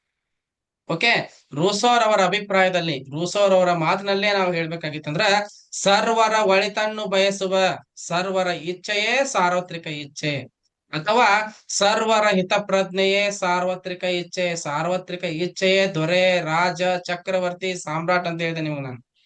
ಹಂಗ ಅವ್ರ ಅಭಿಪ್ರಾಯದಲ್ಲಿ, ರೂಸೋರವರ ಪ್ರಕಾರ ಸರ್ವರ ಒಳಿತನ್ನ ಬಯಸುವಂತಹ ಸರ್ವರ ಇಚ್ಛೆಯೇ ಸಾರ್ವತ್ರಿಕ ಇಚ್ಛೆ, ಅಥವಾ ಸರ್ವರ ಹಿತದ ಪ್ರಜ್ಞೆಯೇ ಸಾರ್ವತ್ರಿಕ ಇಚ್ಛೆ ಅಂತ ಹೇಳ್ತಾರೆ. ನೆಕ್ಸ್ಟ್, ಒಪ್ಪಂದಕ್ಕೆ ಭಾಗಿಯಾದ ವ್ಯಕ್ತಿಯು ತನ್ನೆಲ್ಲಾ ಅಧಿಕಾರವನ್ನ ತಾನೂ ಸಹ ಸದಸ್ಯನಾಗಿರುವ ಸಾರ್ವತ್ರಿಕ ಇಚ್ಛೆಗೆ ಮಾತ್ರ ಬಿಟ್ಟು ಕೊಟ್ಟಿರುತ್ತಾನೆ. ಒಪ್ಪಂದಕ್ಕೆ ಎಲ್ಲಾ ಯಾರು ಜನಸಾಮಾನ್ಯರ ಭಾಗಿಯಾಗಿರ್ತಾರಲ್ಲ, ಆ ಭಾಗಿಯಾಗಿರ್ತಕ್ಕಂಥ ಎಲ್ಲಾ ವ್ಯಕ್ತಿಗಳು ತನ್ನ ಎಲ್ಲಾ ಅಧಿಕಾರವನ್ನ ಯಾರೋ ಒಬ್ಬ ವ್ಯಕ್ತಿಗಣಕ್ಕೆ ಕೊಟ್ಟಿರುವುದಿಲ್ಲ. ಎಲ್ಲಿ ಕೊಟ್ಟಿರ್ತಾನವ ತನ್ನ ಎಲ್ಲಾ ಹಕ್ಕುಗಳನ್ನ, ಅಧಿಕಾರವನ್ನ ಅಂತಂದಾಗ ತಾನೂ ಕೂಡ ಸಹ ಸದಸ್ಯನಾಗಿರುವ, ತಾನೂ ಕೂಡ ಸಹಭಾಗಿಯಾಗಿರುವಂತ ಒಂದು ಸಾರ್ವತ್ರಿಕ ಇಚ್ಛೆಗೆ, ಸಮುದಾಯಕ್ಕೆ ಇಡೀ ಸಮುದಾಯಕ್ಕೆ ಏನ್ ಮಾಡಿರ್ತಾನಂದ್ರ ಅಧಿಕಾರವನ್ನ ಬಿಟ್ಟು ಕೊಟ್ಟಿರ್ತಾನೆ. ಆದ್ದರಿಂದ ಸಾರ್ವತ್ರಿಕ ಇಚ್ಛೆಯ ಏನಾಗಿರ್ತೈತೆ ಅಂದ್ರ ಪರಮಾಧಿಕಾರವಾಗಿರ್ತದೆ. ಓಕೆ, ಈ ಪರಮಾಧಿಕಾರವು ಪ್ರಜೆಗಳಿಂದಲೇ ನೇರವಾಗಿ ನಡೆಯಬೇಕು. ಅದು ಪ್ರತಿನಿಧಿತವಾಗಿರಲಾರದು. ಓಕೆ, ಪರಮಾಧಿಕಾರ ಏನಾಗಬೇಕು? ಪ್ರಜೆಗಳಿಂದಲೇ ನಡೆಯಬೇಕು. ಅದು ಪ್ರತಿನಿಧಿತವಾಗಲಾರದು, ವಿಭಜಿತವಾಗಲಾರದು, ಪರಭಾರೆ ಮಾಡಲಾಗದು. ಪ್ರತಿನಿಧಿತ ಯಾರು ಪ್ರತಿನಿಧಿಸಕ್ ಆಗೋದಿಲ್ಲ ಪರಮಾಧಿಕಾರವನ್ನ. ನಾನು ಪರಮಾಧಿಕಾರವನ್ನ ಪ್ರತಿನಿಧಿಸುತ್ತೇನೆ ಅಂತ ಯಾರು ಹೇಳೋದಕ್ಕೆ ಆಗೋದಿಲ್ಲ. ಅದನ್ನ ವಿಭಜಿತಗೊಳಿಸಲಿಕ್ಕೆ ಆಗೋದಿಲ್ಲ, ಡಿವೈಡ್ ಮಾಡೋದಕ್ಕೆ ಆಗೋದಿಲ್ಲ, ಪರಭಾರೆ ಮಾಡೋದಕ್ಕೆ ಆಗೋದಿಲ್ಲ, ಹಂಚೋದಕ್ಕೆ ಆಗಂಗಿಲ್ಲ. ಯಾರಿಗಿರಿ ತಗೋರಿ, ಟ್ರಾನ್ಸ್ಫರ್ ಮಾಡೋದಕ್ಕೆ ಆಗೋದಿಲ್ಲ. ಪರಮಾಧಿಕಾರ ಏನಾಗ್ಬೇಕ್ರಿ? ನೇರವಾಗಿ ಪ್ರಜೆಗಳಿಂದಲೇ ನಡೆಯಬೇಕು. ಅಂದ್ರೆ ಇದ್ರ ಅರ್ಥ ಏನು ಅಂತಂದಾಗ, ರೂಸೋರ್ ಅವ್ರ ಪ್ರಕಾರ ಇದ್ರ ಅರ್ಥ ಏನು ಅಂತಂದಾಗ, ಸಮಾಜದಲ್ಲಿರುವವರೆಲ್ಲರೂ ನೇರವಾಗಿ ರಾಜ್ಯದ ವಿಷಯಗಳಲ್ಲಿ ಚರ್ಚಿಸಬೇಕೆಂದು ರೂಸೋ ಹೇಳಿದ್ದಾನೆ. ಪರಮಾಧಿಕಾರವನ್ನ ಪರಭಾರೆ ಮಾಡೋದಕ್ಕೆ ಆಗೋದಿಲ್ಲ, ವಿಭಜಿತಗೊಳಿಸುವುದಕ್ಕಾಗಿಲ್ಲ, ಮತ್ತು ಪ್ರತಿನಿಧಿಸಗೊಳಿಸೋದಕ್ಕೂ ಆಗೋದಿಲ್ಲ. ಹಾಗಾಗಿ ಸಮಾಜದಲ್ಲಿರ್ತಕ್ಕಂಥ ಎಲ್ಲಾ ಜನರು ಏನ್ ಮಾಡ್ಬೋದು? ನೇರವಾಗಿ ರಾಜ್ಯದ ವಿಷಯಗಳಲ್ಲಿ ಚರ್ಚಿಸಬೇಕು ಅಂತ ಹೇಳಿ ರೂಸೋರ್ ಅವರು ಹೇಳ್ತಾರೆ. ರೂಸೋರ್ ಅವರು ಏನಾಗಿದ್ದಾರೆ ಅಂದ್ರೆ ಜನತಾ ಪರಮಾಧಿಕಾರದ ಪ್ರತಿಪಾದಕರಾಗಿದ್ದಾರೆ. Very very important, very very important. ರೂಸೋರ್ ಅವರು ಎಂತ ಪರಮಾಧಿಕಾರವನ್ನ ಪ್ರತಿಪಾದಿಸಿದ್ದಾರೆ? ರೂಸೋರ್ ಅವರು ಜನತಾ ಪರಮಾಧಿಕಾರವನ್ನ ಪ್ರತಿಪಾದಿಸಿದ್ದಾರೆ. ಓಕೆ, ರೂಸೋರ್ ಅವರು ಸಾರ್ವತ್ರಿಕ ಇಚ್ಛೆಗೆ ಪರಮಾಧಿಕಾರ ಎಂದು ಹೇಳಿದ್ದಾರೆ, ಮತ್ತು ಪರಮಾಧಿಕಾರವು ಜನರಲ್ಲಿದೆಯೇ ಹೊರತು ರಾಜ್ಯದಲ್ಲಿಲ್ಲ ಎಂದಿದ್ದಾರೆ. ರೂಸೋ ಏನ್ ಹೇಳ್ತಾನ್ರಿ? ಸಾರ್ವತ್ರಿಕ ಇಚ್ಛೆಯೇ ಪರಮಾಧಿಕಾರ ಅಂತ ಹೇಳಿ, ಪರಮಾಧಿಕಾರ ಎಲ್ಲೈತೆ ಹಂಗಂದ್ರ ಜನರಲ್ಲಿದೆ ಹೊರತು ರಾಜ್ಯದೊಳಗಡೆ ಪರಮಾಧಿಕಾರ ಇಲ್ಲ, ಜನರಲ್ಲಿದೆ. ಜನ ಎಲ್ಲ ತೀರ್ಮಾನ ಮಾಡ್ಬೇಕು ಅಂತೇಳಿ ಡೆಮಾಕ್ರಸಿ ಬಗ್ಗೆ ಅವತ್ತು ಏನ್ ಮಾಡಿದಂದ್ರ ಪರಿಕಲ್ಪನೆಯನ್ನ ರೂಸೋರ್ ಅವರು ಕೊಟ್ಟಿದ್ರು. ಹಾಗಾಗಿ ನೆಪೋಲಿಯನ್ ಅಂತಕ್ಕಂಥ ವ್ಯಕ್ತಿ ಹೇಳ್ತಾನೆ, ಏನಂತ ಹೇಳಿ, ರೂಸೋನ ಜನನವಾಗಿರದಿದ್ದರೆ ಫ್ರಾನ್ಸ್ ದೇಶದಲ್ಲಿ ಕ್ರಾಂತಿ ಆಗುತ್ತಲೇ ಇರಲಿಲ್ಲ. ರೂಸೋನ ಜನನವಾಗಿರದಿದ್ದರೆ ಫ್ರಾನ್ಸ್ ದೇಶದಲ್ಲಿ ಏನಾಗ್ತಾ ಇರ್ಲಿಲ್ಲ? ಕ್ರಾಂತಿ ಆಗುತ್ತಲೇ ಇರಲಿಲ್ಲ. ನಿಮಗ್ ಗೊತ್ತಾ ಫ್ರಾನ್ಸ್ ಕ್ರಾಂತಿ? ಅಲ್ಲಿ ಸ್ವಾತಂತ್ರ್ಯ, ಸಮಾನತೆ, ಭ್ರಾತೃತ್ವ ಅಂತಕ್ಕಂಥದ್ದು ಸತ್ತು ಹೋಗಿತ್ತು. ಇಂತ ರೂಸೋ ಅಂತಿರ್ತಕ್ಕಂಥ ವಿದ್ವಾಂಸರು ಅಲ್ಲಿ ಬೌದ್ಧಿಕ ಕ್ರಾಂತಿಯನ್ನ ಮಾಡಿ, ಬೌದ್ಧಿಕ ವಿಚಾರಧಾರೆಗಳನ್ನ ಹರಡೋದ್ರ ಮೂಲಕ ಜನಸಾಮಾನ್ಯರನ್ನ ಎಚ್ಚರಿಸಿದ್ರು. ಪ್ರಜೆಗಳೇ ಪ್ರಭುಗಳು, ಸರ್ಕಾರ ಜನರ ಪರವಾಗಿರ್ಬೇಕು, ಇಚ್ಛೆಯಿಂದ ರಾಜ್ಯವನ್ನ ಆಳಬಹುದು, ಅಧಿಕಾರದಿಂದಲ್ಲ ಅಂತ ಹೇಳಿದ್ರು ನಿಮಗೆ. ಇಚ್ಛೆಯಿಂದ, ಯಾರ ಇಚ್ಛೆ? ಜನರ ಇಚ್ಛೆಯಿಂದಲೇ ಆಳ್ಬೋದು ಅಂತ ಹೇಳಿದ್ವಲ್ಲ. ಆ ತರ ಏನ್ ಹೇಳ್ತಾರೆ ನೆಪೋಲಿಯನ್, ರೂಸೋರವರ ಜನನ ಆಗಿರದಿದ್ರೆ ಫ್ರಾನ್ಸ್ ದೇಶದಲ್ಲಿ ರಾಜ್ಯ ಕ್ರಾಂತಿ ಆಗ್ತಿರ್ಲಿಲ್ಲ. ರಾಜ್ಯ ಕ್ರಾಂತಿ ಆಗ್ತಿರ್ಲಿಲ್ಲ ಅಂದ್ರ ಜಗತ್ತಿಗೆ ಸ್ವಾತಂತ್ರ್ಯ, ಸಮಾನತೆ, ಭ್ರಾತೃತ್ವದ ವಿಚಾರಗಳು ಹರಡ್ತಾ ಇರ್ಲಿಲ್ಲ ಅಂತ ಹೇಳಿ ಅರ್ಥ. ಅದೇ ಮುಂದುವರೆದು ರೂಸೋರ್ ಅವ್ರು ಹೇಳ್ತಾರೆ, ಈ ವಾಕ್ಯನ ಬಹಳ ಸಲ ಪ್ರಶ್ನೆ ಕೇಳ್ಯಾರ. ಈ ವಾಕ್ಯನ 100% ಬರ್ಬೋದು ಇದು. ಏನಂತಂದ್ರೆ, ರಾಜ್ಯದ ತಳಹದಿ ಜನರ ಸಮ್ಮತಿಯ ಹೊರತು ಬಲವಲ್ಲ. ರಾಜ್ಯದ ತಳಹದಿ ಏನಿತ್ಲ, ಅಥವಾ ಅಧಿಕಾರದ ತಳಹದಿನೂ ಅನ್ಬೋದು ನೀವು. ರಾಜ್ಯದ ತಳಹದಿ ಜನರ ಸಮ್ಮತಿಯೇ ಹೊರತು ಬಲವಲ್ಲ. ಓಕೆ, ಇಚ್ಛೆಯಿಂದ ರಾಜ್ಯವನ್ನ ಆಳಬಹುದು, ಬಲದಿಂದಲ್ಲ ಅಂತಾನು ಅರ್ಥ. Okay, next. ಓಕೆ, ನೋಡ್ರಿ, ರೂಸೋರ್ ಅವರ ಕೆಲವೊಂದಿಷ್ಟ ಕೃತಿಗಳದಾವು, ಸ್ವಲ್ಪ ನೋಡ್ಕೊಂಡ್ಬಿಡ್ರಿ ರೂಸೋರ್ ಅವ್ರ ಕೃತಿಗಳನ್ನ. ಇದನ್ ಬೇಕಾದ್ರೆ ನಿಮ್ಗೆ ನಾನು ವಾಟ್ಸಪ್ ಹಾಕ್ತೀನಿ ಕೃತಿಗಳನ್ನ. ಈ ಕೃತಿಗಳನ್ನ ಕಟ್ ಮಾಡಿ ಹಾಕ್ತೀನಿ, ನೆನಪಿಟ್ಕೋರಿ. ಒಂದನ್ನ ನೀವು ನೆನಪಿಟ್ಕೋಬೇಕ್ರಿ. 3 ಈ ಥಿಂಕರ್ಸ್ ಅದಾರಲ್ಲ, ಇವ್ರು ನೈಸರ್ಗಿಕ ಸ್ಥಿತಿ ಒಳಗ ಯಾವ್ದು ಯಾವ ತರ ಇತ್ತು ಅಂತೇಳಿ ಕಂಪಾರಿಟಿವ್ ಆಗಿ ಕೇಳ್ಬೋದು. ಒಂದ್ ಕಡೆ ಈ ಚಿಂತಕ ಹೆಸರು ಕೊಡ್ತಾರೋ, ಮತ್ತೊಂದ್ ಕಡೆ ನೈಸರ್ಗಿಕ ಸ್ಥಿತಿ ಯಾವ ತರ ಇತ್ತು ಕೊಡ್ತಾರೋ. ನೀವು ಎರಡನ್ನು ಏನ್ ಮಾಡ್ಬೋದ್ರಿ, ಹೊಂದಿಸ್ಬೇಕು. ನೆನಪಿಟ್ಕೋರಿ, ಹಾಬ್ಸ್ ಅವ್ರ ನೈಸರ್ಗಿಕ ಸ್ಥಿತಿ ಯಾವ ತರ ಇತ್ತು? ಮನುಷ್ಯರು ಸ್ವಭಾವತಃ ಸ್ವಾರ್ಥಿಗಳಾಗಿದ್ರು, ಕ್ರೂರಿಗಳಾಗಿದ್ರು, ಮೋಸಗಾರರಾಗಿದ್ರು. ಯಾರ್ರಿ? ಹಾಬ್ಸ್ ಅವರು. ಮನುಷ್ಯರು ಸ್ವಭಾವತಃ ಸ್ವಾರ್ಥಿಗಳಾಗಿದ್ರು, ಕ್ರೂರಿಗಳಾಗಿದ್ರು, ಮೋಸಗಾರರಾಗಿದ್ರು ಅಂತ ಹಾಬ್ಸ್ ಹೇಳ್ತಾರೋ. ನೆಕ್ಸ್ಟ್ ಲಾಕ್ ಅವ್ರ ಏನ್ ಹೇಳ್ತಾರೋ, ಮನುಷ್ಯನು ಸಮಾಜ ಜೀವಿಯಾಗಿದ್ದ, ನೈಸರ್ಗಿಕ ಸ್ಥಿತಿಯಲ್ಲಿ ಸಹಜ ರೀತಿಯಲ್ಲಿ ಸ್ವತಂತ್ರವಾಗಿ ವರ್ತಿಸುತ್ತಿದ್ದ, ಸಮಾನತೆ, ಪರಸ್ಪರ ಸಹಕಾರದಿಂದ ಜೀವಿಸ್ತಾ ಇದ್ದ ಅಂತ ಹೇಳ್ತಾರೆ. ಇದನ್ನೇ ಮುಂದುವರೆದು ರೂಸೋ ಅವರು ಕೂಡ ಮನುಷ್ಯನು ನೈಸರ್ಗಿಕ ಸ್ಥಿತಿಯಲ್ಲಿ ಚೆನ್ನಾಗಿದ್ದ ಅಂತ ಹೇಳ್ತಾರೋ. ಅದರ ಮುಂದುವರೆದು ಒಂದು ವಾಕ್ಯ ಸೇರಿಸ್ತಾರ ಅವ್ರು, ಏನಂತ ಹೇಳಿ, ನೈಸರ್ಗಿಕ ಸ್ಥಿತಿಗೆ ಹಿಂದಿರುಗೋಣ, back to the state of nature. ನಾವೆಲ್ಲರೂ ಕೂಡ ಏನ್ ಮಾಡ್ಬೇಕು? ನೈಸರ್ಗಿಕ ಸ್ಥಿತಿಗೆ ಹಿಂದಿರುಗಬೇಕು, ಹಿಂದಿರುಗಬೇಕು ಅಂತ ಹೇಳಿ ಹೇಳ್ತಾರೆ. ಇದ್ರೊಳಗ ನೋಡ್ರಿ, ಕೃತಿಗಳ ಮೇಲೆ ಒಂದು ಪ್ರಶ್ನೆ ಬರುತ್ತೆ. ಕೃತಿಗಳ ಮೇಲೆ ಒಂದು ಪ್ರಶ್ನೆ ಬರುತ್ತೆ. ಒಂದು ವ್ಯಾಖ್ಯೆಯ ಮೇಲೆ ಕೇಳಬಹುದ್ರಿ ನಿಮಗೆ. ಎಲ್ಲ ರಾಜ್ಯದ ತಳಹದಿ ಜನರ ಸಮ್ಮತಿಯ ಹೊರತು ಬಲವಲ್ಲ ಅಂತ ಹೇಳಿಲ್ಲ, ಇದರ ಮೇಲೂ ಕೂಡ ಪ್ರಶ್ನೆ ಬರ್ಬೋದು. ಜನತಾ ಪರಮಾಧಿಕಾರದ ಪ್ರತಿಪಾದಕರಾಗಿದ್ದಾರೆ ಅಂತ ಹೇಳಿಲ್ಲ, ಇಲ್ಲಿ ಪ್ರಶ್ನೆ ಬರ್ಬೋದು. ಇದನ್ನೆಲ್ಲ ಹೆಂಗ್ ಹೇಳ್ತೀರಿ ಸರ್? ಕ್ವಶನ್ ಪೇಪರ್ ನಿಮ್ಗೆ ಸಿಕ್ಕಾವನ್ರಿ, ಅಡ್ವಾನ್ಸ್ ತನಕ ಹೋಗ್ಬೇಡ್ರಿ. ನೀವು 10 ವರ್ಷದ ಪ್ರಶ್ನೆ ಪತ್ರಿಕೆ ಏನಾದ್ರು ನೋಡಿದಂದ್ರ ಪ್ರಶ್ನೆ ಎಲ್ಲಿಯೂ ಬರ್ತಾವು ಅಂತ ನಿಮ್ಗೆ ಗೊತ್ತಾಗ್ತೈತ್ರಿ. ಪ್ರಶ್ನೆ ಎಲ್ಲಿಯೂ ಬರ್ತಾವು ಅಂತ ನಿಮಗ್ ಗೊತ್ತಾಯ್ತಂದ್ರ ನೀವ್ ಹಿಂಗ್ ಕೂತ್ಕೊಂಡ್ ಕ್ಲಾಸ್ ಕೇಳೋ ಅವಶ್ಯಕತೆನೇ ಇಲ್ರಿ. ನಿಮ್ಗೆ ಹೇಳೋದು ಸಲಹೆ ಇಷ್ಟನ, 10 ವರ್ಷದ ಕ್ವಶನ್ ಪೇಪರ್ ಬಿಡಿಸಂದ್ರ ನೀವು ಅಸಿಸ್ಟೆಂಟ್ ಪ್ರೊಫೆಸರ್ ಆಗ್ತೀರಿ ಡೆಫಿನೆಟ್ಲಿ. ಓಕೆ, ಇಲ್ಲಿ ಪ್ರಶ್ನೆ ಬರುವಂತ ಸಾಧ್ಯತೆ ಇರ್ತದೆ. ಅದರ ಜೊತೆಗೆ ಸಾರ್ವತ್ರಿಕ ಇಚ್ಛೆ ಅಂದ್ರೆ ಏನು, ಸಾರ್ವತ್ರಿಕ ಇಚ್ಛೆ ಎಲ್ಲಿರ್ತದೆ ಅಂತೇಳಿ ಕೇಳಬಹುದು. ನೆಕ್ಸ್ಟ್ ಸಾಮಾಜಿಕ ಒಪ್ಪಂದ. ಸಾಮಾಜಿಕ ಒಪ್ಪಂದ ಯಾವ ತರ ಆಗ್ತೈತಿ ಇಲ್ಲಿ, ಯಾಕೆ ಸಾಮಾಜಿಕ ಒಪ್ಪಂದ ಆಗ್ತೈತಿ ಅಂತಕ್ಕಂಥದ್ದು. ಯಾಕಂದ್ರೆ ನೈಸರ್ಗಿಕ ಸ್ಥಿತಿ ಎಲ್ಲ ಚೆನ್ನಾಗಿತ್ತು. ನೈಸರ್ಗಿಕ ಸ್ಥಿತಿ ಎಲ್ಲ ಹೆಂಗಿತ್ತು? ಚೆನ್ನಾಗಿತ್ತು. ನಾನು ಹೇಳಿಲ್ಲ, ರೂಸೋರ್ ಅವ್ರ ಪ್ರಕಾರ ನೈಸರ್ಗಿಕ ಸ್ಥಿತಿಯಲ್ಲಿ ವಾಸಿಸಿದ್ದ ಮಾನವ ಏನಾಗಿದ್ದ? ಸರಳ ಮತ್ತು ಸುಖ ಜೀವನ ನಡೆಸ್ತಾ ಇದ್ದ, ಉದಾರ ಸ್ವಭಾವದ ಅನಾಗರಿಕನಾಗಿದ್ದ, ಮಾನವರೆಲ್ಲ ಸ್ವತಂತ್ರರು, ಸಮಾನರಾಗಿದ್ರು ಅಂತ ಹೇಳಿದ್ವಲ್ಲ. ಈ ತರ ಇತ್ತು. ಇದ್ದಾಗ ಯಾಕೆ ಈ ತರ ಮತ್ತೆ ಒಪ್ಪಂದ ಮಾಡ್ಕೋಬೇಕಾಯ್ತು ಅಂತ ಪ್ರಶ್ನೆ ಕೇಳಬಹುದು. ಅವಾಗ ನಿನ್ ನೆನಪಿರ್ಲಿ, ಮನುಷ್ಯನಿಗೆ ಏನಿರ್ಲಿಲ್ಲ? ಸರಿ ತಪ್ಪುಗಳ ತಿಳುವಳಿಕೆ, ಸದ್ಗುಣ ದುರ್ಗುಣಗಳಂತಕ್ಕಂಥ ಭಾವನೆ ಇರ್ಲಿಲ್ಲ, ಮತ್ತು ನಿಷ್ಕಪಟವಾಗಿರ್ತಕ್ಕಂಥ ಜೀವನ ನಡೆಸ್ತಾ ಇದ್ದ. ಅಂತ ಸಂದರ್ಭದಲ್ಲಿ ಏನಾಗಿತ್ತಂದ್ರ, ಬರ್ಬರ್ತಾ ಏನಾಗಿತ್ತಂದ್ರ ಜನಸಂಖ್ಯೆ ಬೆಳವಣಿಗೆ ಆಯ್ತು, ಮನುಷ್ಯರಲ್ಲಿ ಆಲೋಚನಾ ಶಕ್ತಿ ಬೆಳವಣಿಗೆ ಆಯ್ತು, ಖಾಸಗಿ ಆಸ್ತಿ ಉದಯ ಆಯ್ತು. ಇದರಿಂದ ಆಸ್ತಿ ಹೊಂದವರು, ಆಸ್ತಿ ಇಲ್ದವರು ಅಂತಕ್ಕಂಥ ವರ್ಗಗಳು ಸೃಷ್ಟಿ ಅದು.